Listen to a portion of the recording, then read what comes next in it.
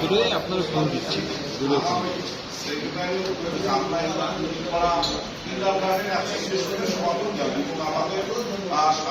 17টা আর আমাদের কিছু স্কুল আছে না আমাদের সরকারি প্রাথমিক। আমি আপনাদের প্রস্তাব করি আসন্ন 15 আগস্ট জাতীয় শোক দিবস উপলক্ষে করণীয় বিষয় নিয়ে মতবিনিময় সভা চলছে। আমি এই আমার অ্যাসোসিয়েশন আমার এই প্রপারের যে প্রাইমারি আছে